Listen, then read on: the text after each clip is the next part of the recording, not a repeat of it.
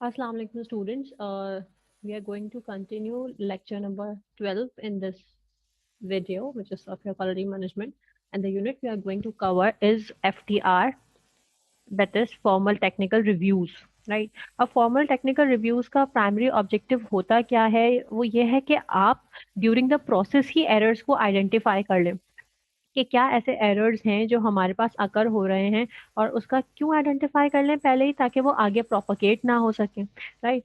तो आगे जाके जब आप सॉफ्टवेयर को रिलीज कर देते हैं तो फिर वो एरर्स डिफेक्ट्स बन जाते हैं। तो दो बेनिफिट है इसका, वो यही है कि अर्ली डिस्कवरी ऑफ एरर्स, ताकि आपके एरर्स नेक्स्ट स्टेप में प्रोपोगेट नहीं हो। ठीक है। Whatever the software process you are using, it's very important कि आप एरर्स को जल्द अज जल्द आइडेंटिफाई करें। So what are the primary, what are the objectives of FTR? Number one is कि आप एरर्स को फंक्शंस में, लॉजिक्स में, इम्प्लीमेंटेशन में, कहीं भी आपका कहीं एरर है तो उसको अनकवर करें ताकि वो जल्द अज जल्द रिजॉल्व हो सके।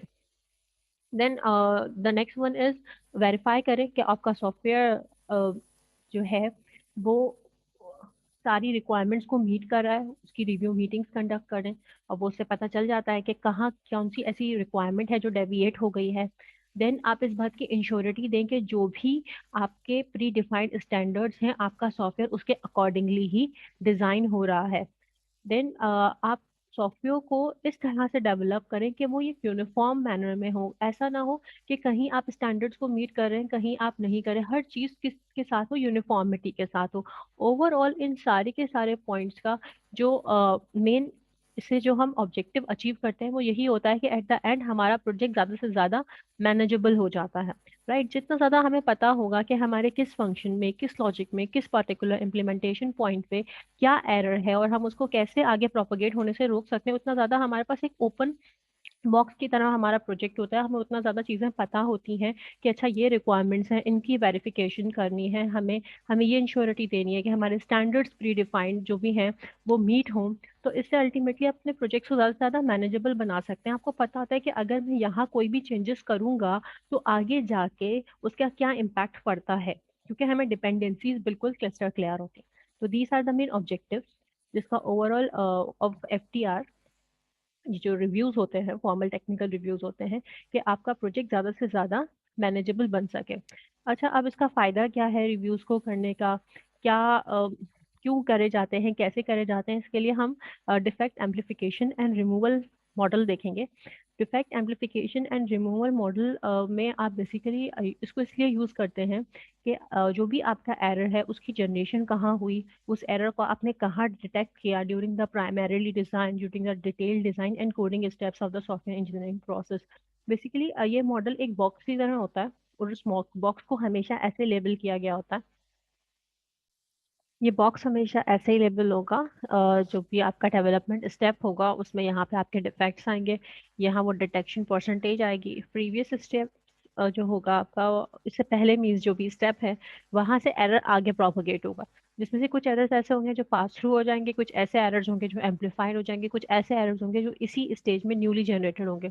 Then we have percentage efficiency for error detection. Then उसके बाद होगा क्या, वो एरर्स आगे चले जाएंगे जो नेक्स्ट स्टेप में पास हो रहे हैं। जो एरर्स यहाँ से सारे टोटल एरर्स होंगे वो आगे पास हो जाएंगे depending upon the percentage efficiency. अब ये किस तरह से होगा, ये हम इसकी एक हाइपोथेटिकल एग्जांपल देखेंगे जिससे आपको बिल्कुल क्लियर हो जाएगा। बट उससे पहले बहुत ज़रूरी है कि आप यहाँ ये वीडियो रोक के इस डायग्राम को ड्रॉ कर लें, ताकि आगे आपके लिए इन लेबल्स को समझना आसान हो और आप ट्रैक कर सकें। Okay, moving forward, we have hypothetical example with no reviews. जब आपके पास कोई रिव्यू कंडक्ट नहीं हुआ तो आपका बेसिक डिजाइन में न्यू एरर्स 10 थे। देन परसेंट एरर डिटेक्शन 0% था, एम्पलीफिकेशन 0% थी। राइट। तो अब हम इस पे अप्लाई करने जा रहे हैं कौन सा मॉडल? जो हमने अभी देखा, क्या मॉडल का नेम था? Defect amplification and removal model. Right.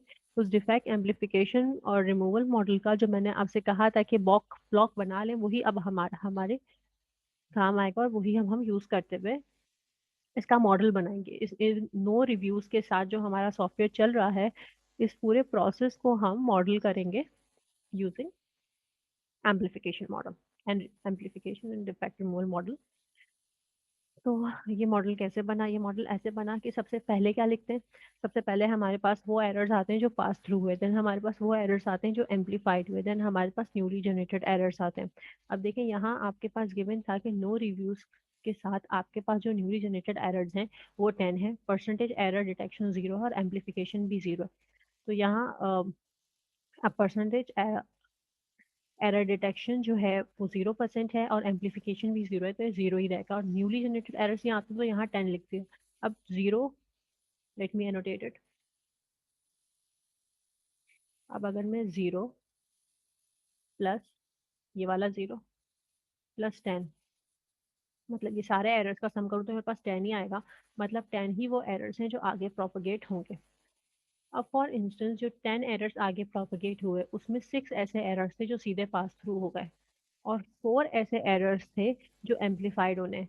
तो डिटेल डिजाइन में अगर हम पीछे जाएं, डिटेल डिजाइन में अगर हम पीछे जाएं तो हमारा एम्पलीफिकेशन फैक्टर 1.5 गिवन है। तो हम क्या करेंगे, इस 4 को 1.5 से मल्टीप्लाई करेंगे। जब हम 4 को 1.5 से मल्टीप्लाई करते हैं तो हमारे पास आंसर आता है 6। तो जब आप 6, ये वाले 6 में ये 6 ऐड करेंगे और उसमें 25 ऐड करेंगे तो what will get, 6 plus 6 plus 25, 37। तो 37 वो एरर्स हैं जो आगे प्रोपोगेट हो गए। सही है। और for instance let us suppose कि 37 में से 10 ऐसे एरर्स हैं जो सीधा का सीधा आगे पास थ्रू हो गए और 27 ऐसे एरर्स हैं जो एम्पलीफाइड वाले पोर्शन में चले गए। अब कोड यूनिट एंड टेस्टिंग में अगर मैं पीछे जाऊं, जो गिवन है, तो कोड यूनिट और टेस्टिंग में 3 का एम्पलीफिकेशन फैक्टर गिवन है। तो कोड यूनिट एंड टेस्टिंग हो जाएगा मल्टीप्लाई बाय 3।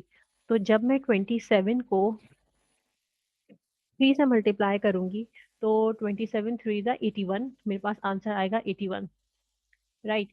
जब आपके पास आंसर 81 आएगा तो फिर आपके पास यहाँ पे, जब कोड यूनिट टेस्टिंग की हम बात करते हैं तो कोड यूनिट टेस्टिंग में एम्पलीफिकेशन, अब एरर डिटेक्शन 0% नहीं है जैसे अब तक थी, अब एरर डिटेक्शन हो गई है 20%। तो यहाँ आपने लिख दिया 20%।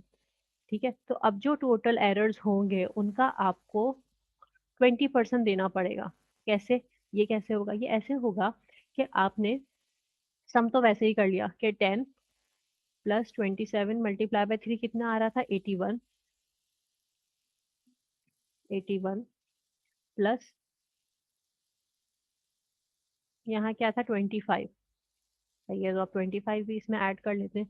जब 10 प्लस 81 प्लस 25 में करती हूँ तो मेरे पास आंसर आता है 116। ठीक है, अब इस 116 का मैं 20% निकालूंगी। मीन्स 116 मल्टीप्लाई बाय 0.2, तो मेरे पास आया 23। और जब इस 23 को मैं 116 में से माइनस करती हूँ तो मेरे पास आता है 93। तो 93 वो टोटल एरर्स हो गए जो आगे गए इस 20% की वजह से। 116 डायरेक्टली आके नहीं गया, मैंने 116 का 20% निकाला तो वो 93 आया। सही है। अब ये 93 आगे प्रोपोगेट हो गए तो 93 इंटीग्रेशन टेस्ट में गए। अब इंटीग्रेशन टेस्ट में पास थ्रू एरर्स 93 के 93 पास थ्रू हो गए, एम्पलीफिकेशन हुई नहीं और न्यूली जनरेटेड एरर्स भी 0 है। और आपके पास जो given percentage of error detection efficiency है वो 50% है। तो 93 का 50% क्या होगा, 47। राइट, ये 93 मल्टीप्लाई बाय 0.5, ठीक है ना, तो आपके पास आंसर आएगा 47। 47 को आप इससे माइनस करेंगे तो you will get 47। Then validation test में भी 47, ऐसा का ऐसा गया, एम्पलीफिकेशन भी 0, आपके पास न्यूली जनरेटेड एरर्स भी 0। तो फिर जब आपने 47 का 50% निकाला तो 24 आया। 24 आगे फॉरवर्ड हुए, यहाँ भी एम्पलीफिकेशन भी 0 है, न्यूली जनरेटेड एरर्स भी 0। 24%, 24 एरर्स का जब आपने 50% निकाला तो आपके पास जो एरर्स प्रोपोगेट हुए वो 12 थे। तो द लेटेंट एरर्स जो आपके पास बचे सारी स्टेजेस के बाद, जो लेटेंट एरर्स हैं उसका काउंट क्या है, उसका काउंट है 12। ये था विद नो रिव्यूज। जब हमारे पास कितने एरर्स, लेटेंट एरर्स हैं, 12 एरर्स लेटेंट एरर्स हैं। अब ये याद रखिएगा कि हमारे पास एट द एंड जो लेटेंट एरर्स हैं वो 12 हैं। राइट, अब हम देखेंगे विद रिव्यूज ताकि हम फिर कंपेयर कर सकें।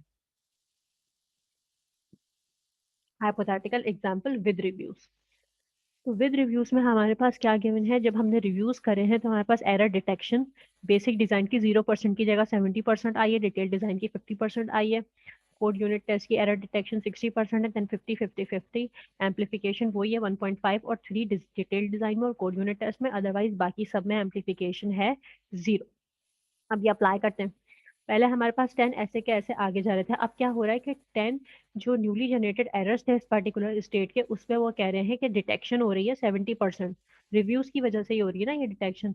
तो इस 10 का जब आप 70% निकालोगे, 10 मल्टीप्लाई बाय 0.7, तो आपके पास 7 आएगा। 7 को जब आप 10 में से माइनस करते हैं तो यू विल गेट 3। तो 3 ऐसे एरर्स हैं जो आगे फॉरवर्ड होंगे, जिसमें से 2 ऐसे एरर्स हो गए जो सीधा का सीधा प्रोपोगेट हो गए, और 1 वो एरर है 3 में से, आउट ऑफ 2 1 वैसा एरर है जो मल्टीप्लाई होगा 1.5 से एम्पलीफाइड होगा। देन आपके पास जब आप टोटल करते हैं 2 प्लस 1.5 प्लस 25, तो आपके पास आ जाता है 29। और 29 का जब आप 50% निकालोगे तो यू विल गेट 15। तो उस 15 में से 5 ऐसे एरर्स हैं जो डायरेक्टली पास थ्रू हो गए, और 10 ऐसे एरर्स हैं जो एम्पलीफिकेशन में चले गए। अब कोड और यूनिट टेस्ट का जो एम्पलीफिकेशन फैक्टर है वो 3 है, तो ये हो जाएगा 5 plus 10 multiply by 10, 30, 5 plus 30 plus 25, 5 plus 30 plus 25 होता है 60। 60 का जब आप 60% निकालोगे तो 60 को 0.6 से मल्टीप्लाई करेंगे, 60 को 0.6 से मल्टीप्लाई करने के बाद हमारे पास 36 आएगा आई गेस। देन फिर आप उसका जब आप 60 में से माइनस करेंगे तो आपके पास 24 आएगा। 24 आगे प्रोपोगेट हो जाएंगे, फिर आप 24 का 50% निकालेंगे तो 12 आएगा। देन 12 आगे प्रोपोगेट हो जाएंगे, 12 का 50% निकालेंगे तो 6 आएगा। देन 6 का 50% निकालेंगे तो यहाँ लेटेंट एरर्स आ रहे हैं 3। अब जब आप कंपेयर करते हैं तो नो रिव्यूज के साथ हमारे लेटेंट एरर्स है 12, और रिव्यूज के साथ हमारे लेटेंट एरर्स हैं 3। तो यू कैन सी कि एरर्स कम हो गए। ठीक है, तो ये फायदा है रिव्यूज करने का कि आपके जो लेटेंट एरर्स हैं वो रिव्यूज के साथ रिड्यूस हो जाते हैं एज कंपेयर टू जब आप रिव्यूज नहीं करते। तो इसी वजह से रिव्यू मीटिंग्स रखी जाती हैं, जिसके ऑब्वियसली कुछ कंस्ट्रेंट्स होते हैं। कंस्ट्रेंट्स होते हैं क्या है कि between 3 and 5 people should be involve in the review, और एडवांस प्रिपरेशन इसकी होती है ताकि पहले से आपको पता हो आपकी मीटिंग का एजेंडा क्या है, आपको क्या बात करनी है, आपको किन चीज़ों को हाईलाइट करना है। 2 आवर्स ऑफ वर्क से हर पर्सन का जिसमें लगता है। The duration of the review meeting should be less than 2 hours, right. और की पॉइंट्स क्या है? की पॉइंट्स ये हैं कि एफटीआर हमेशा किसी ना किसी इंट्रोडक्शन, किसी ना किसी एजेंडा से यूज होगी, जिसमें प्रोड्यूसर का आपके पास ब्रीफ इंट्रोडक्शन होगा। Producer then produce to walk through to work product, वो वर्क प्रोडक्ट को देखेगा, मटेरियल एक्सप्लेन करेगा। वाइल रिव्यूअर्स क्या करेंगे? रिव्यूअर्स उसके बात को लेके, उसके काम को लेके, जो भी उसने रिव्यू करा होगा, जो भी उसने मटेरियल कलेक्ट किया होगा, रिव्यूअर्स इश्यूज रेज करेंगे based on the advance preparation, ताकि चीजों को और मॉडिफाई कर सके, एरर्स को अनकवर कर सकें, right. So when valid problems और errors are discovered, the recorder notes each. करते क्या है, आप हर चीज का रिकॉर्ड रखते हैं, और रिव्यू के एंड में जितने भी अटेंडीज होते हैं उस फॉर्मल टेक्निकल रिव्यू के, वो डिसाइड करते हैं कि इस प्रोडक्ट को एक्सेप्ट करना है विदाउट मॉडिफिकेशन, राइट, और या जो है प्रोडक्ट को रिजेक्ट करना है ड्यू टू सीवियर एरर्स, जब बहुत ज्यादा एरर्स आए रिव्यू के बाद, या फिर एक्सेप्ट करना है प्रोडक्ट को प्रोविंशियली, मतलब माइनर एरर्स एनकाउंटर्ड होते हैं तब, और उसको फिर जो माइनर एरर्स होते हैं उनको करेक्ट किया जाता है। और जब आपको लगता है कि हाँ, जब माइनर एरर्स को हम करेक्ट कर लेंगे तो उसके बाद कोई रिव्यू रिक्वायर्ड नहीं है। तो ये वो डिसीजंस होते हैं जो इस रिव्यू टीम को लेने होते हैं, right. So this is the end of unit 12.3. Thank you so much.